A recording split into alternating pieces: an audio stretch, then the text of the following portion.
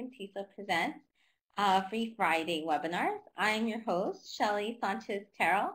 I hope you can hear me well and everything is, if you can hear me, that's fantastic. So let me know if you can't.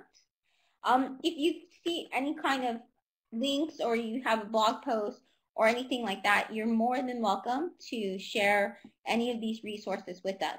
We're going to talk about bring your own technology and tools. So we're here every Friday. You can get a certificate right after seeing this. If you go to that bit.ly link, the ELT links, you'll see the resources already there under the 2013 tab of resources. And then you can also go to the end where it says download your certificate and download it from American TESOL. Thank you, Alexandra, for sharing with us. Oh, so we have many different countries. We have Iran, Portugal, Croatia, and I am currently in Liverpool in the UK.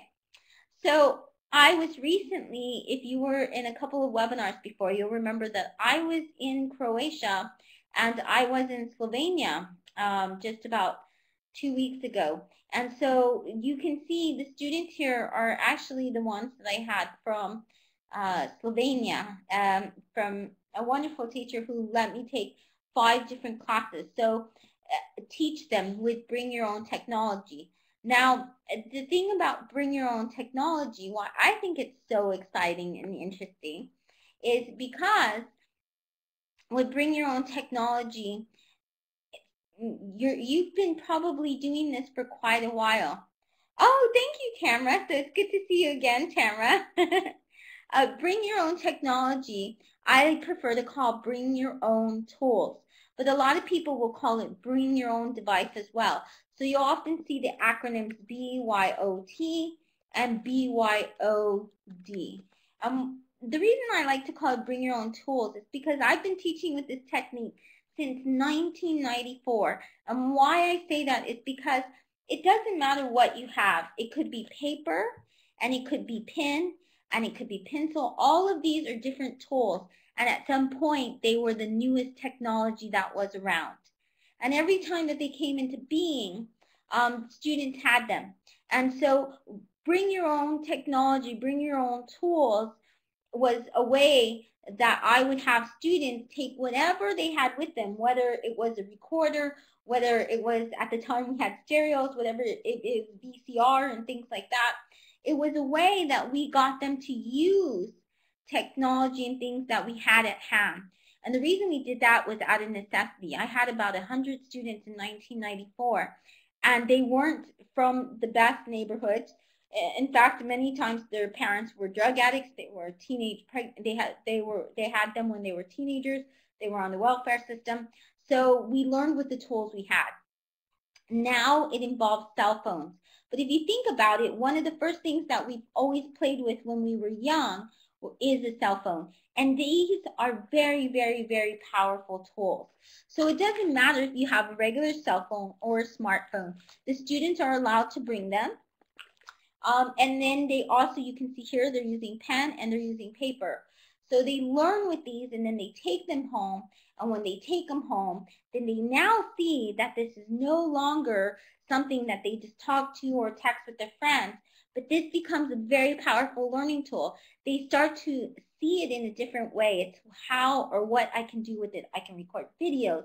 I can use it to make stories, digital stories. So whatever you teach them on how to do, they carry it with them at home. So I think it's a really incredible thing, bring your own tools. So it also supports continuous learning. It takes away your classroom walls.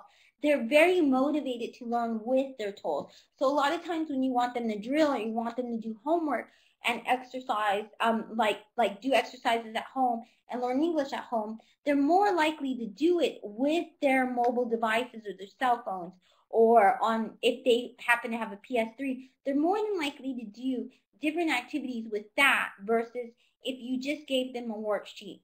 Because the difference is when they see a worksheet, they think school, they think drill, they think, ooh, boring, this is homework. But when they get to use their device, it's no longer something that seems like it's just schoolwork. It gets tech cheaply into schools. It can teach digital citizenship. because then when you start guiding them and you see when they make mistakes, because they will make mistakes, they'll do things like they'll put their profiles, and their profiles will make you like in shock, because it made me in shock when I saw the things my students post.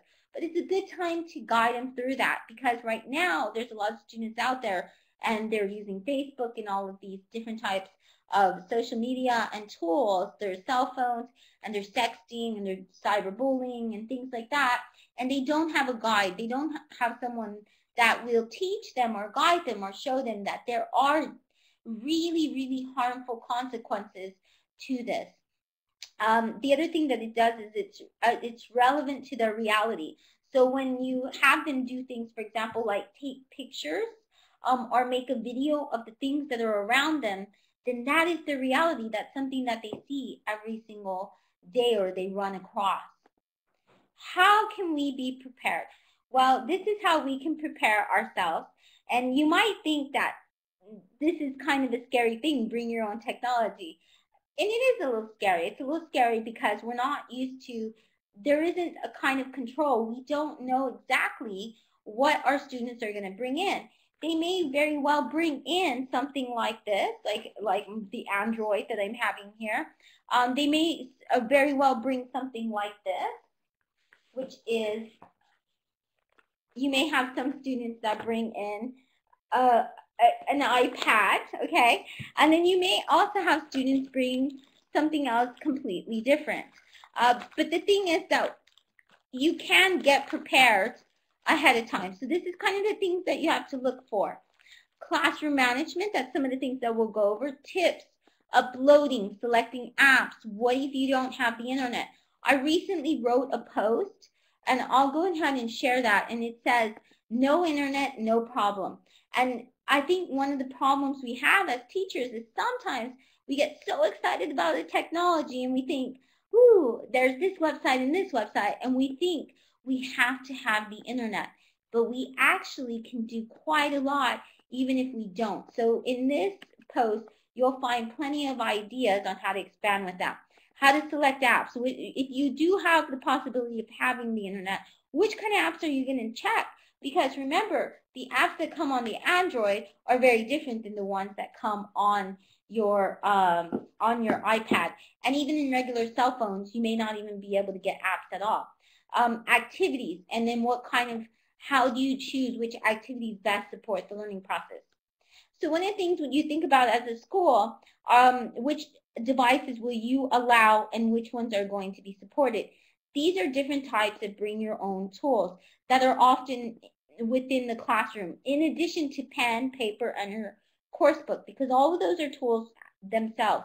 So laptops, and I think it's very important. One of the things that I do with bring your own tools is that I have groups of 3 or 4, because that's usually pretty good optimal numbers. They've done research and they show that anything above 5 is ineffective, but anywhere between 3 and 5 are effective groups. So we put them in groups, and you can tell that this is kind of necessary because some students may not have devices they're allowed to bring in. And in each group that you have, you want to make sure that you have a laptop available to them. And this is important, and I'll show you a little bit later why. So these are all the devices they can have. Now, your school does have internet access. That's the second thing you want to check.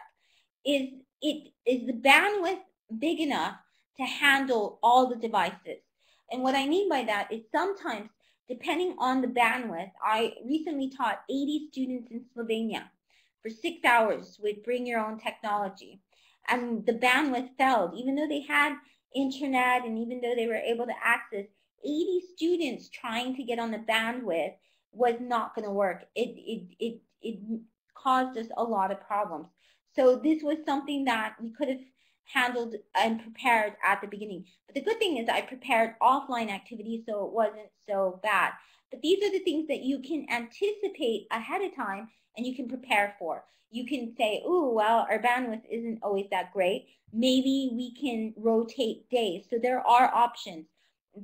For example, as a class, maybe you can sign up on which days you need to use the internet and which days you don't. And I will show you activities where you don't even know that. One of the ideas I have for this is Mobile Mondays. So you have very little technology, your students are very come from different various economic backgrounds, and maybe they can't afford the best technologies, and you want to start off slow, then I have something called Mobile Monday, okay? And the great thing about Mobile Monday is all of a sudden the students and you look forward to Monday. And the reason why is because that's the day that they get to bring in their mobile devices as one of their bring your own tools, okay? So on Monday, you will have activities where they get to use their cell phones. It doesn't matter which cell phone they have, because the great thing about a cell phone, even a regular cell phone, is that a lot of times these days you can record audio, you can record a video, and you can take pictures with it. There's different ways that you can introduce this, but before we do this, you want to get your students and you want to get your parents involved. Okay, so here's an example. See, I even have a regular cell phone here that you can see. This is not a fancy smartphone, but it can still record audio. So there's different things you can do, and it still allows you to take notes and do text.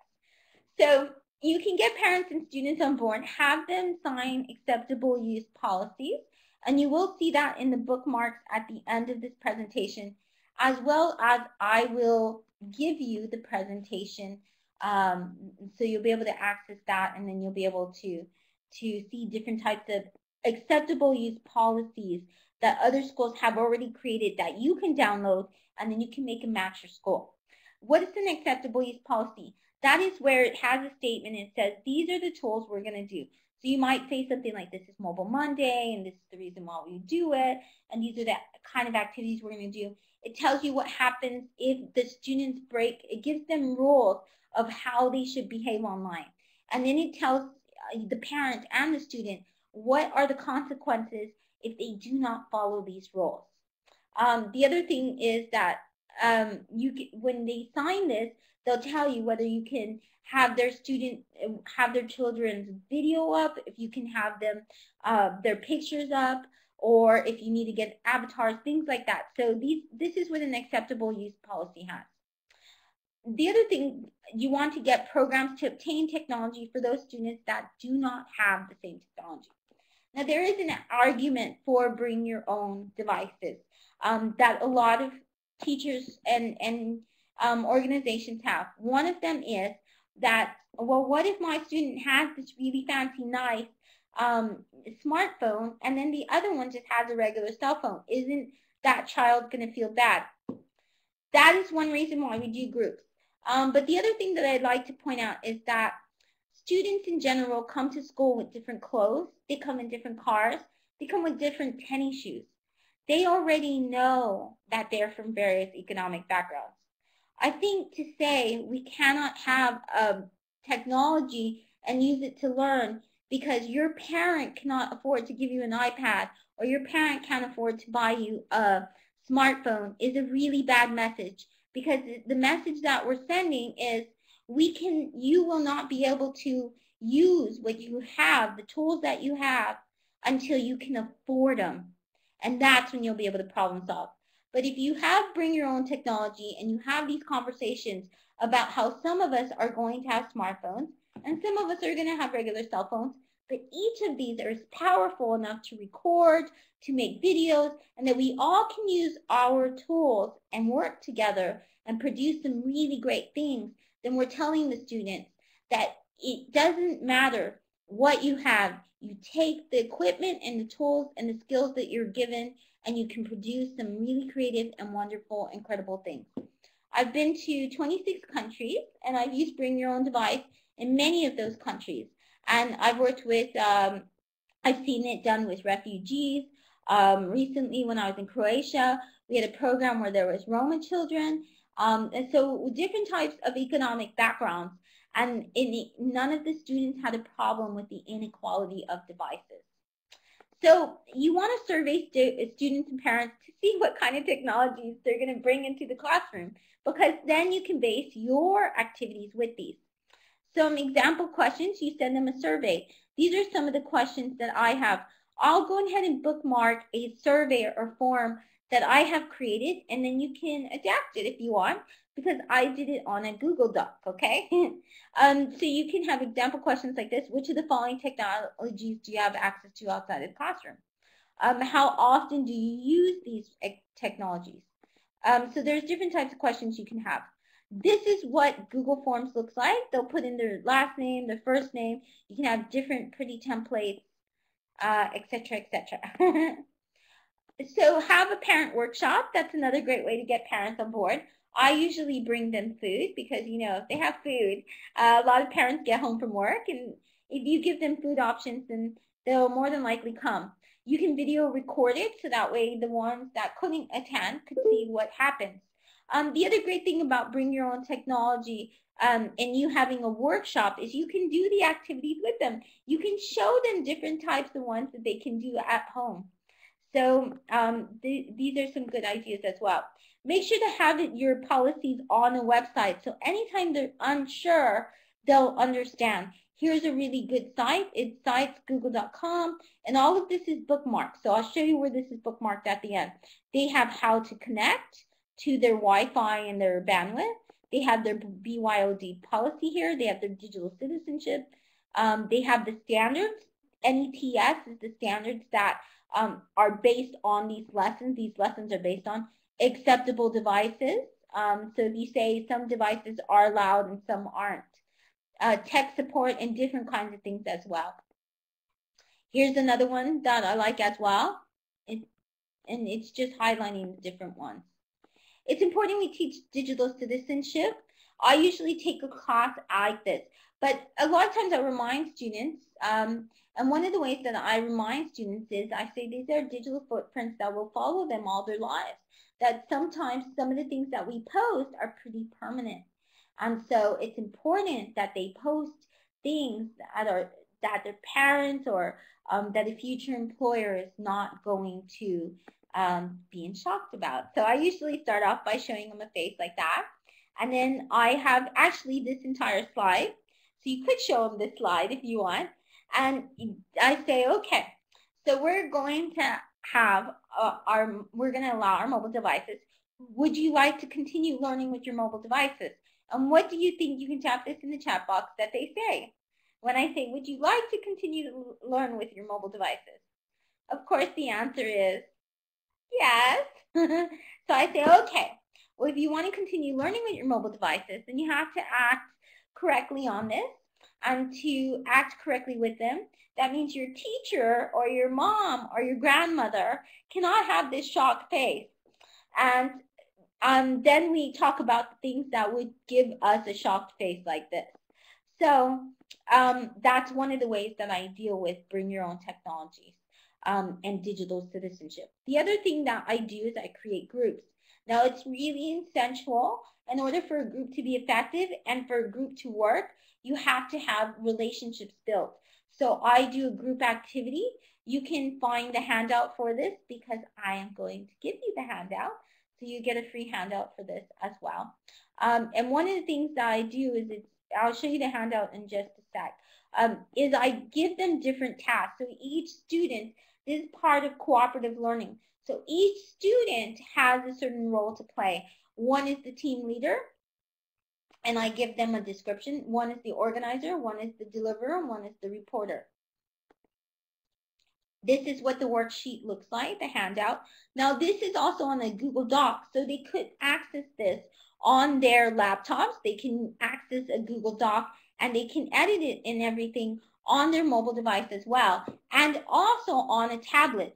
So I like to use Google Docs to do a lot of different things so students can actually complete them. So they get a group name, the group color, they come up with a group theme song because students love music. And then they have to draw a team mascot. And then they also, on the bottom of this, they also say the different names that they have for this kind of project. Here's an example of a small group project that I do with students so you can get an idea. So I usually present them with kind of an objective and a story. So the story will say your mission or your task today, because I like to get them excited about it, is to explore an animal's habitat. You can choose the animal, and you have to include images of the habitat, include bookmark research, and then create a short video with the information and images you gathered. And they can, Dropbox is a really good option on how they turn this into you, because that's one of the problems you're going to come up with. How do your students turn in their work? How do they present it? How do they put the presentations outline? There are a few options. You can do KidBlog. KidBlog is a very good option. I love KidBlog. It took me literally 5 minutes the first time I ever used KidBlog to go ahead and create 20 different student sites. So for me, KidBlog is a very good option. It also works as well with their mobile devices, so they can actually do this. They recently came out with a KidBlog. They came up with a KidBlog mobile device as well, mobile app as well. So in each of the steps of the project, they use a different type of tool or app if they want to. Explore an animal's habitat. What could they use?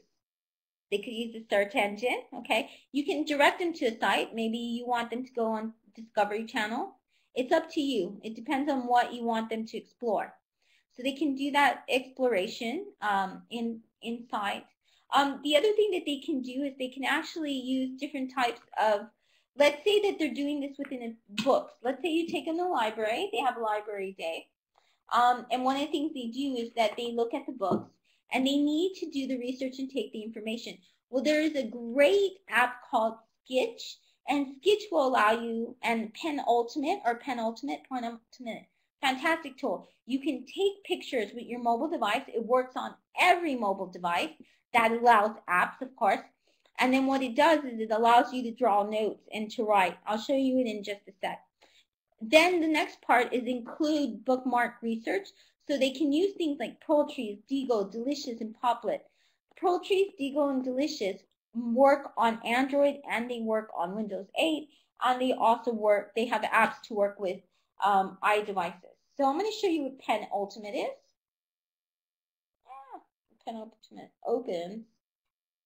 You don't have to have an internet connection with Penultimate. So Penultimate is part of the suite. It's part of a suite for Evernote. And Evernote, they make some of the best apps and they work offline as well. This particular iPad is not online. Now I'm using an iPad right now, but you don't of course have to use that, okay? So I'm going to go ahead and show you one that I did use. Where did I put it? Risk is your friend. Okay, so this is, I was taking notes to the conference today from a good friend of mine named Rakesh. He had a really good one. And so this is what I did. I took a picture, and you can take a screenshot as well. And you can see here where I wrote. That's what Penultimate does. You see how I took that picture, and then I went ahead and I put little notes there with my finger. So you can do that with it. I'll show you how it works. Okay, so you have a blank screen, and then at the bottom you have a pin. So you can choose the color of the pin, and then I can write. I'm writing hello, I guess. It has an eraser too, so you can kind of see where I wrote hello. So it's a great app to have. Yes, it works with Android. It works with all of them. You can take a screenshot of any book. You can take a screenshot, so anything. Yes, that is Mr. Meggal's signature there that I was very excited to get. But the great thing about it is you can take pictures within a book. So if they do go to the library, then you can have them take pictures of the book, and they don't have to use the index cards. It saves them a lot of time, and they'll have it there. It categorizes their notes. It reads their handwriting, and so they can search within the text of it. So it's really fantastic. An intro activity to introduce their devices to them. I tell them, okay, well, before we begin, we of course need to have some training with your tool. We need to train you, and the way we can train you is we have different activities, okay? So these are a few suggestions. You do not need the internet for any of these. You have students take pictures, record an audio, or create videos at home with their devices, okay? It's what can your device do? So they're going to show us. They have those three options they can choose, okay? And then they get into small groups. When they come back, they get into small groups and they show each other what they did with their devices.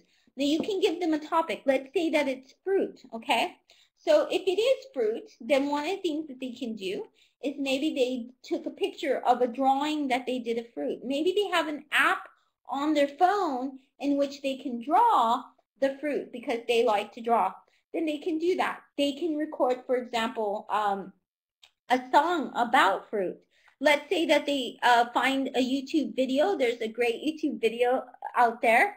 It's called Party Fruit. It's by Annoying Orange. The students love that. The kids love this song. It's really funny.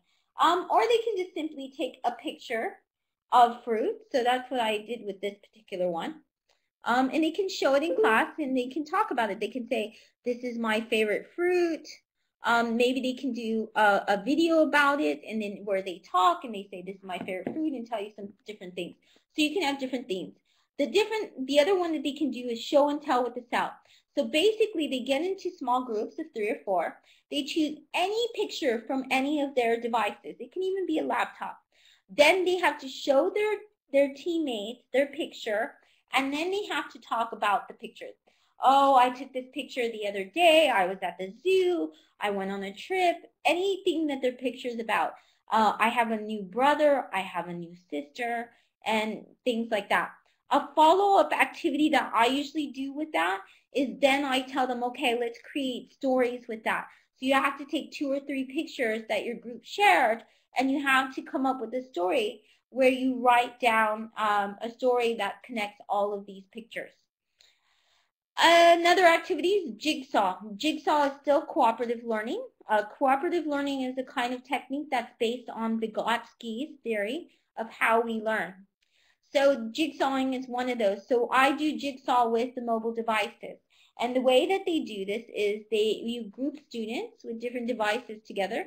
And then each device is responsible for an aspect of the project. So let's say someone can record audio.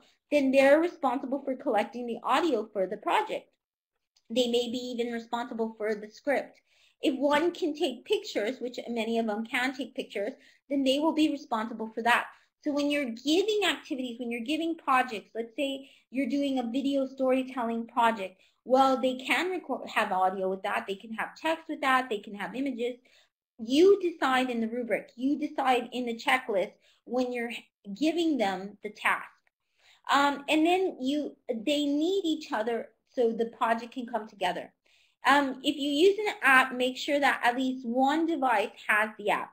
One of the things that I do is usually I'll concentrate more instead on what the project is. So if I'm having them create commercials, I'll give them a list of Android apps that they download when they do have an internet connection so they can use it in the classroom. Because a lot of things you can use without no internet connection once they're downloaded. So they get a list and then they get to choose. If they have an Android, if they have a Windows 8, if they have a BlackBerry, then there are apps. If they have an iPad or an iPod, then there are apps for each of those devices where they can take a video. I will give you links to that, so you don't have to. You can share with them my apps. You want to integrate Web 2s that are both mobile and web friendly and can be accessed on, remember, in each group you want to have a laptop.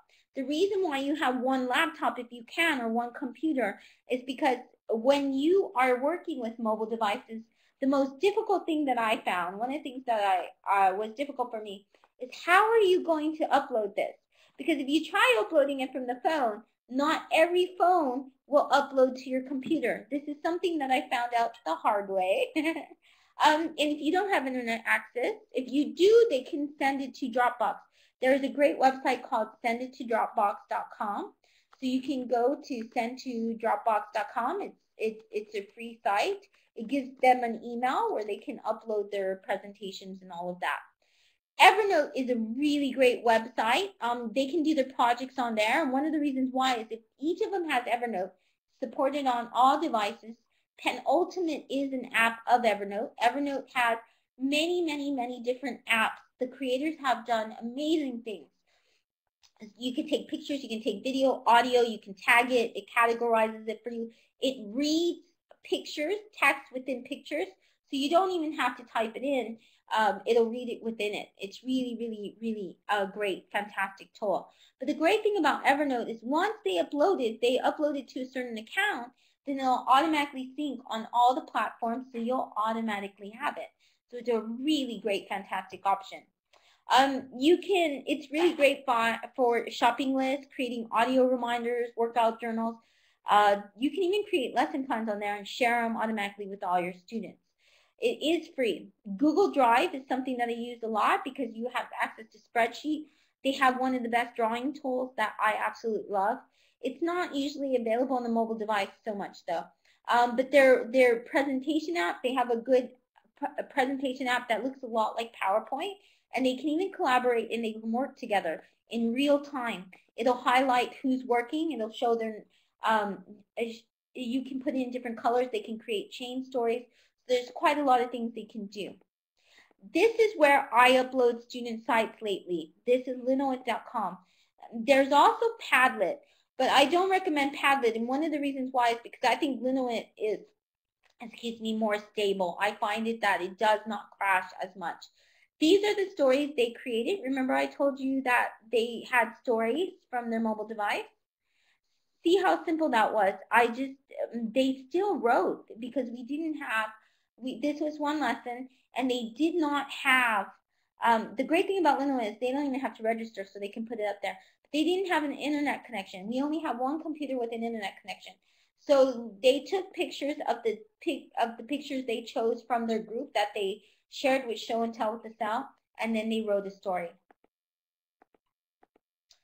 Animoto is great. It works on Android and it works on iOS devices. It's a great video editing tool. You can create videos with it, with text, with pictures that the students upload. Make sure to get the education account so that way your students will have up to 5 minutes. If they only use the free app, which they can only make 30-second videos. You can change the styles, you can add transitions, you can add pictures, videos. They even have their own music library. So your students will have created common music to go up with it. Flickr is a really good app if you do have an internet connection. One of the things that I like to do is it gives you an email. So set up a class account on Flickr.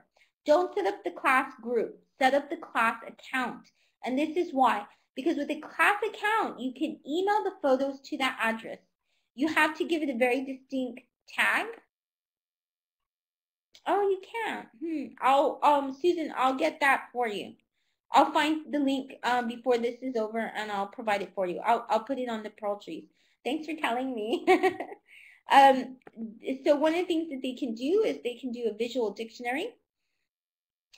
Each week you have a course book, you have different themes. You have different topics. You might be, even if it's a history book, you're reading about a certain era. So one of the things that you can do is you could put the week's theme or topic. Let's say, for example, this is what their task looks like. I actually show them PowerPoint, and this is all it has in it, okay? So each week, I also put this on the calendar. They're responsible. This gets them out of the classroom thinking about what's going on in the classroom. So let's say we're learning about vocabulary at a restaurant. The task that they can do is we are focusing on actions, phrases, or vocabulary you'd find involving a restaurant. So whenever they go to a store, whenever they eat fast food, whenever the parents cook them dinner or anything like that, they're going to take a picture of it. And then in the bottom, they can describe it. They can write what it is that they're taking a picture of and what it is it's describing. Then they email the photo as an attachment to what, I didn't choose this email. Flickr chooses the email address for you. And then they have to include this tag, and this is what it looks like when they're sending the email. They just put the email address.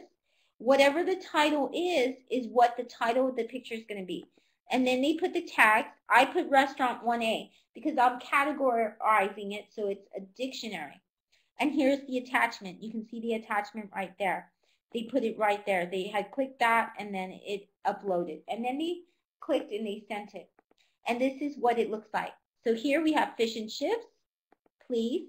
And you can see the restaurant 1A, sugar coating your words. So that's kind of a play on words, sugar coating your words.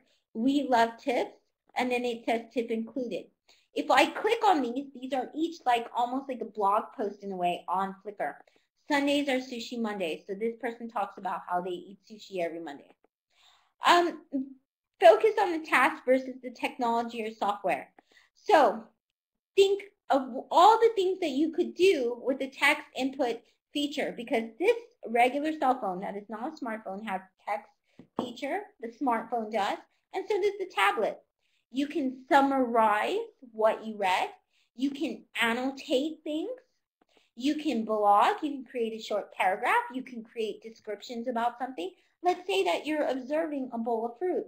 They can easily write down adjectives, descriptions, phrases that they come up with that comes with that.